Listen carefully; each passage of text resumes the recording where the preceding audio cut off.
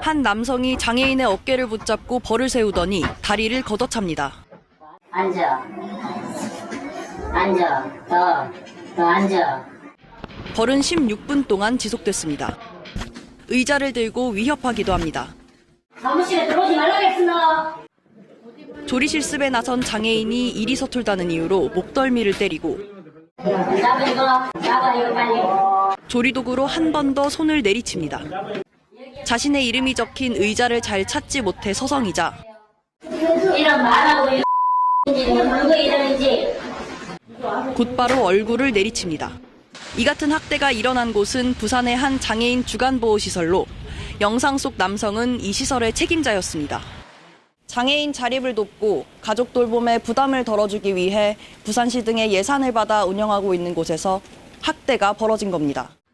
이 남성은 폭행 사실을 인정한다면서도 사례는 극소수라고 말했습니다. 폭력 행사는 아주 극소수고 그냥 조금 언성이 좀 많이 높았던 그런 걸로 제가 대부분은 기억하고 있습니다.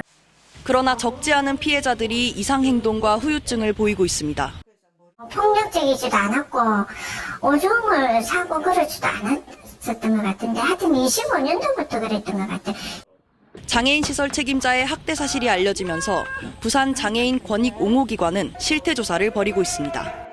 KBS 뉴스 김서영입니다. 손에 전동 드릴을 쥔 한 남성. 소파에 앉은 젊은 남성에게 전동 드릴을 가까이 가져다 댑니다.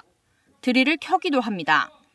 전동 드릴을 쥔 남성은 장애인 직업재활시설 공장에서 공장장으로 불리던 김모 씨. 소파에 앉은 남성은 공장에서 일하던 장애인 직원입니다. 직원이 아프다고 반복하며 여러 차례 소리를 지르지만 김 씨는 오히려 왼손으로 그를 붙잡고 드릴을 머리 가까이 가져다 댑니다. 해당 시설에서 일하던 직원은 장난이라는 이름으로 비슷한 일이 자주 일어났다고 말합니다.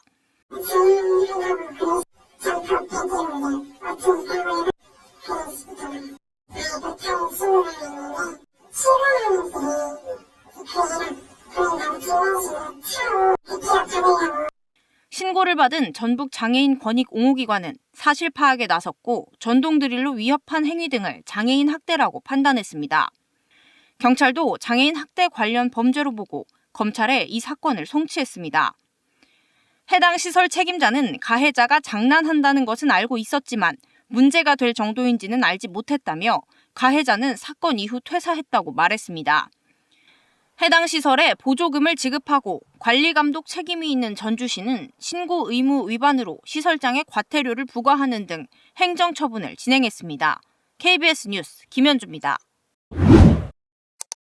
청주의 한 마을에서 이웃에게 노동착취를 당한 지적장애인 김모 씨. 피해는 무려 29년간 이어졌습니다. 아버지가 절뚝거리는 모습을 이상하게 여긴 아들이 CCTV를 설치하면서 수십 년 만에 학대 사실이 밝혀졌습니다. 다른 이웃 주민들도 피해 장애인이 남의 농사일을 도맡아 온 사실을 알고 있었지만 사전 신고는 이뤄지지 않았습니다.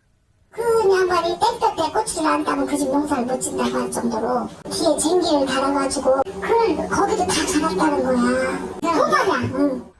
2023년 기준 한 해 발생한 장애인 학대는 확인된 것만 전국적으로 1,400여 건.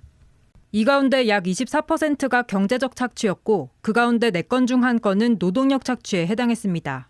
장애인에 대한 노동력 착취는 대체로 장기간 이어지는 경향을 보였습니다. 절반 이상이 5년 이상 계속됐고 10년 이상 이어진 경우도 전체의 23%에 달했습니다. 장애인의 취약성 그리고 학대에 대한 인식 부족이 그 원인으로 꼽힙니다.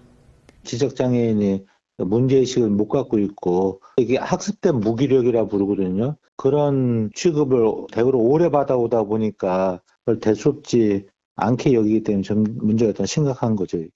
장애인 학대에 대한 사회 전반의 인권의식을 높이고 사후 대처보다 사전 예방에 초점을 맞춰야 한다는 지적이 나옵니다.